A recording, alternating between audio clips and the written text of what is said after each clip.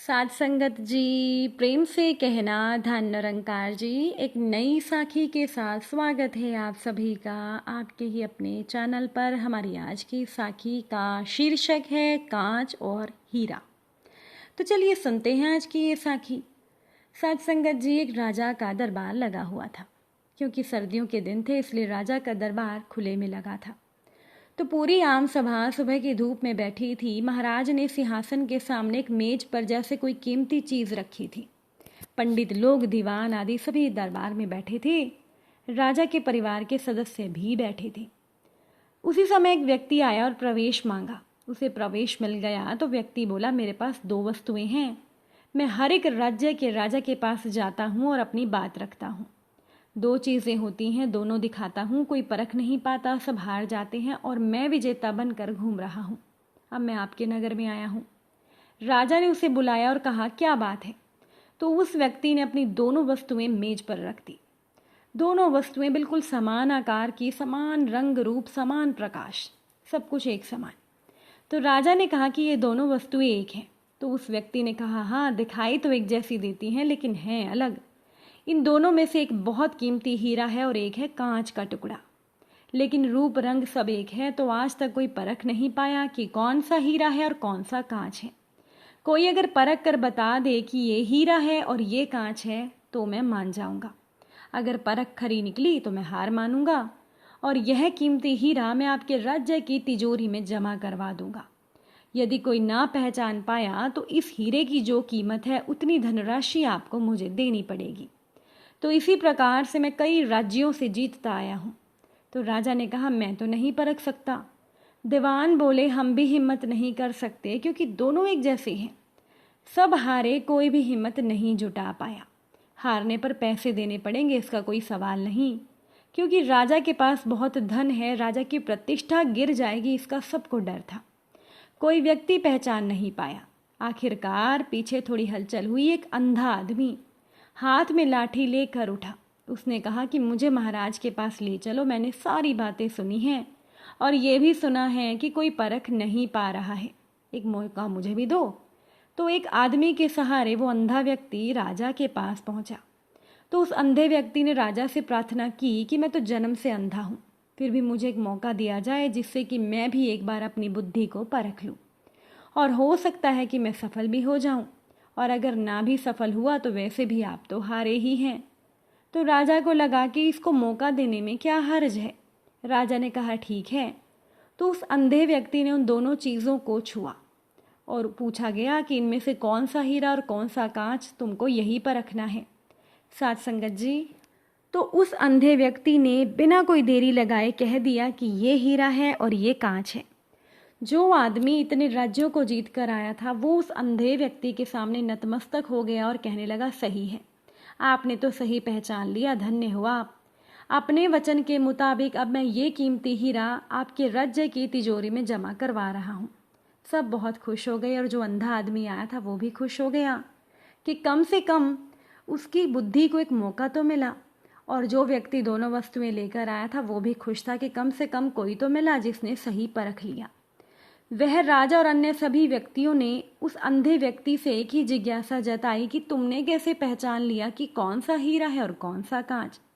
उस अंधे व्यक्ति ने कहा, सीधी सी बात है राजन, धूप में हम सभी बैठे हैं, सर्दियों के दिन है, मैंने दोनों वस्तुओं को छुआ, जो ठंडा रहा वो हीरा, जो गर्म हो गया वो कांच।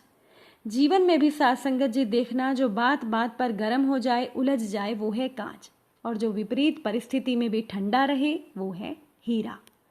साथ संगत जी, महाभारत के समय की बात है कि जब महाभारत युद्ध निश्चित हो चुका था तो श्री कृष्ण जी ने कर्ण को बताया कि तुम कुंती के ज्येष्ठ पुत्र हो और पांडवों के ज्येष्ठ भ्राता हो। श्री कृष्ण जी बोले कि तुमको पांडवों की ओर से लड़ना चाहिए, दुर्योधन की तरफ से नहीं।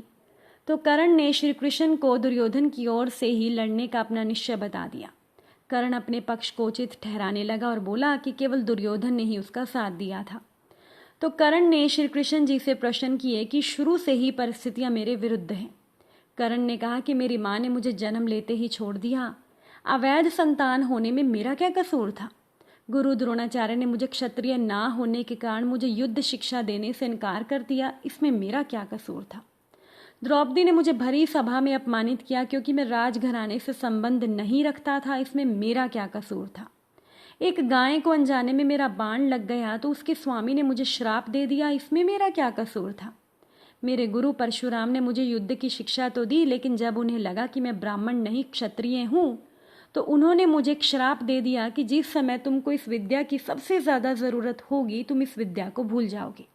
बताइए इसमें मेरा क्या कसूर है? केवल दुर्योधन ने मेरा साथ दिया, तो अगर मैं युद्ध में दुर्योधन की ओर से लड़ता हूँ तो उसमें क्या गलत है?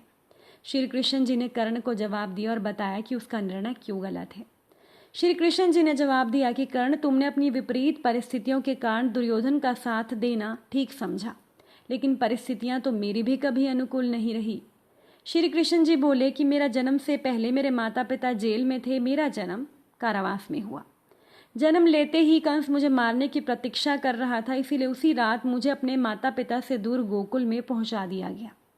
कर्ण, तुम खड़ग, रथ, घोड़े, धनुष, बाण की आवाज सुनकर बड़े हुए, लेकिन मेरा बचपन गौशाला, गाय और गवालों के बीच बीता। मुझ पर कंस के भेजे गए राक्षसों द्वारा की प्राणघाती हमले हुए।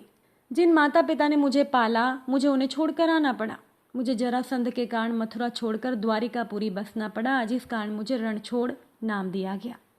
कर्ण, तुमने अपनी पसंद से विवाह किया, लेकिन मैं जिसे प्रेम करता था वो मुझे नहीं मिली। मुझे उन कन्याओं से विवाह करना पड़ा जिन्हें मैंने राक्षसों से बचाया था। अगर तुम दुर्योधन की ओर से युद्ध जीतते हो तो तुमको इसका श्रेय प्राप्त होगा, लेकिन अगर धर्मराज अगर युद्ध जीत जाते हैं तो मुझे क्या प्राप्त होगा? मुझे तो केवल युद्ध के लिए दोषी ठहराया जाएगा। तो श्री कृष्ण जी कर्ण से बोले, चुनौतियां तो हर एक इंसान के जीवन में आती हैं। कर्ण, तुम जानते हो कि सत्य किसके साथ है। बहुत बार ऐसा होता है कि हमें वो सब कुछ नहीं मिलता जिसके हम हकदार होते हैं, लेकिन इसका मतलब ये नहीं कि हम उन विपरीत परिस्थितियों के कारण अधर्म के मार्ग पर चल पड़े। साथ संगत जी, श्री कृष्ण जी और कर्ण का संवाद में श्री कृष्ण जी ने ये शिक्षा दी कि प्रतिकूल परिस्थितियों में भी हमें गलत रास्ते पर नहीं चलना है। श्री कृष्ण से भी जीवन में कुछ ना कुछ छूटता रहा, लेकिन फिर भी उनकी मुस्कान हमें जीवन में सही रास्ते पर चलने की हमेशा प्रेरणा देती है। इसीलिए परिस्थितियों को स्वीकार करने पर दुख में भी सुख का एहसास होता है, और इसके विपरीत परिस्थितियों को स्वीकार ना करने पर भले ही कितने सुख हों, केवल दुख ही दुख इंसान को महसूस होता है। साथ संगत जी, अगर आज की ये साखी आपको अच्छी लगी हो, वीडियो को लाइक शेयर ज़रूर कर दीजिएगा। आप सभी से फिर से मुलाकात होगी नई साखी के साथ, नए विचारों के साथ। तब तक के लिए खुश रहिए, सेवा सिमरन सत्संग कीजिए, सद्गुरु माता जी के चरणों से जुड़े रहिए, बड़े ही प्रेम से बोलिए धन निरंकार जी।